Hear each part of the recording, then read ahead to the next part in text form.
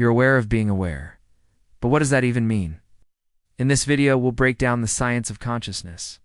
We'll also look at how self-awareness develops, how it differs between species, and what happens when things go wrong. Let's get started. So let's start with the basics. What is consciousness? You might think that's a simple question, but scientists are still working to figure it out. One challenge is that consciousness is something we experience, not something we can directly observe. Like you can't study sadness by reading the brain, so scientists have taken an indirect approach.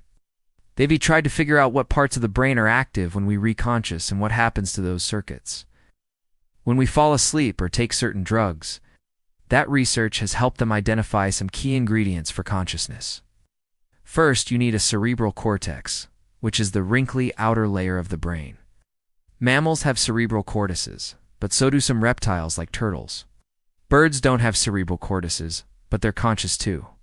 So it's clearly not enough to have a cerebral cortex, but it's a good place to start. Next, researchers figured out that the cortex needs to be connected to the thalamus, which receives and organizes sensory information, and the two together are not enough. If you remove the rest of the brain and keep just the isolated cortex and thalamus, the system stops being conscious. It seems like you need the rest of the brain to make sense of what your senses are picking up and to organize your thoughts and actions. But that doesn't explain how all that leads to consciousness. And here's where things get weird. Some people are conscious, and some computers are conscious. Well, some people say that they are. The theory goes that it's not just the hardware, it's also how you use it. Integrated information theory suggests that consciousness comes from how much information is integrated in a system. Integrated information is information that depends on the relationships between different parts. Think about a bicycle. Its parts are only interesting individually, but a bicycle becomes more than the sum of its parts once it's assembled. Integrated information is a measure of complexity. It takes into account how much there is to know and how much you already know.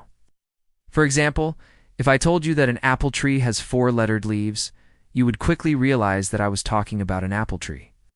You already know a lot about apples, so it doesn't take much integrated information to put it all together. But if I told you that a fruit has 4 lettered leaves, it would take a while to figure out that I was talking about a pear tree. You'd need to integrate more information before reaching a conclusion.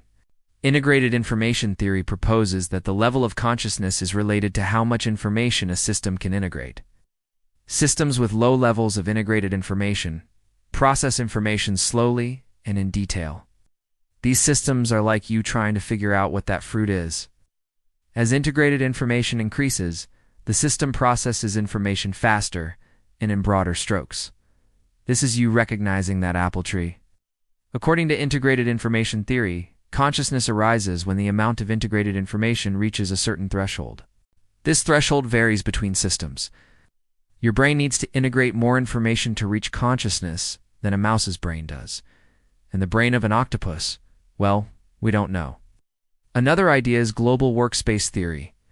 It says that consciousness is the result of a process called global broadcasting.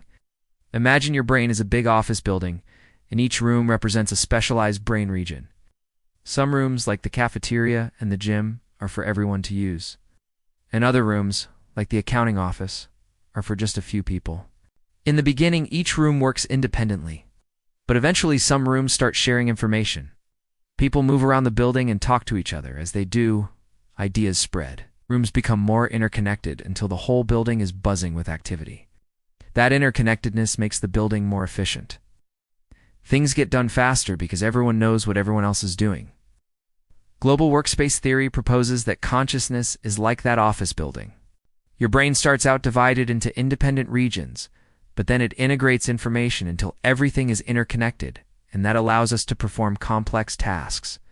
Global workspace theory and integrated information theory are two of the most popular ideas for how consciousness arises from brain activity, but there are lots of others. Scientists are still debating which one is right, or if none of them are. Now that we've got the how, let's tackle the what. What does it mean to be conscious? We usually think of consciousness as having 2 layers. You have basic awareness, and then you have self-awareness. You know that you exist and you know who you are. How do these states develop? For a long time, researchers believed that self-awareness developed gradually. You start out unconscious or preconscious, Then you become more aware of your surroundings. After that, you become self-aware. But now many researchers think that self-awareness pops up suddenly and without warning. There's no gradual build-up. Instead, there's a kind of switch in the brain that flips. Either way, it looks like self-awareness is linked to the development of language.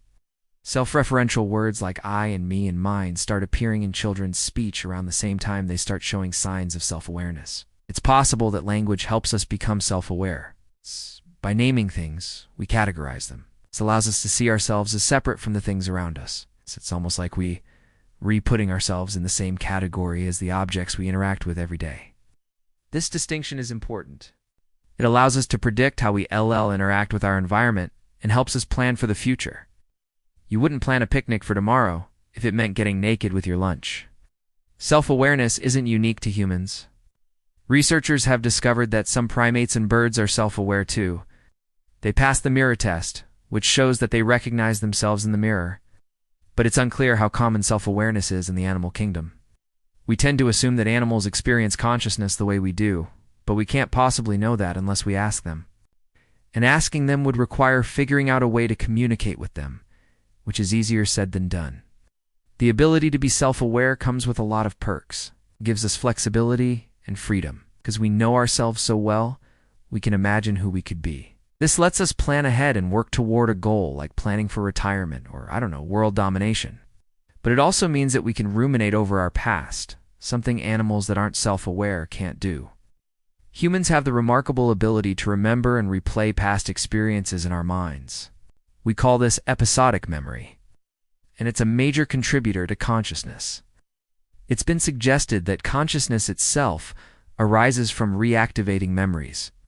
When you recall a memory, you're not just bringing up a record of the past, you're re-experiencing it. Your heart rate, facial expressions, and other bodily sensations associated with that event come flooding back. It's almost like you're reliving the past. Some researchers believe that consciousness is essentially the same as recalling a memory. Every conscious thought is a mental time travel adventure. Others have proposed that consciousness is a prediction about the future. Your brain uses memories and information about the present to try to figure out what's coming next. This allows you to prepare, like grabbing an umbrella when you see dark clouds gathering. But just like predicting the weather, sometimes your predictions are wrong. Your memories are fallible, and your predictions can be inaccurate. Sometimes it feels like your mind is playing tricks on you, and sometimes it literally is. Neurological conditions like epilepsy can cause seizures, which are abnormal electrical activities in the brain. During a seizure, people can experience strange sensations and emotions. They may hear voices or feel like they're levitating. Seizures can also trigger déjà vu, which is French for already seen. Déjà vu is a feeling that what's happening now has happened before. But it can also affect your sense of time. You may feel like time is speeding up or slowing down. Some people even report experiencing multiple lives in a single life. This is called interleaved memories. Scientists are still working to figure out exactly what causes these effects. But regardless of their cause, they show that consciousness is surprisingly fragile. It takes very little to tip us out of our normal state of being. We tend to think of consciousness as reliable, but really it's a delicate balance. Researchers are making progress in understanding consciousness, but there's still a lot that we don't know. Figuring it out is tricky, but it's also incredibly important. Understanding how consciousness works will help us understand what it means to be human and what happens when things go wrong. It will also teach us about other animals and whether they experience the world the way we do, so keep asking questions. The more we learn about consciousness, the more we'll understand ourselves. Thanks again to Brilliant for supporting this C-Show video.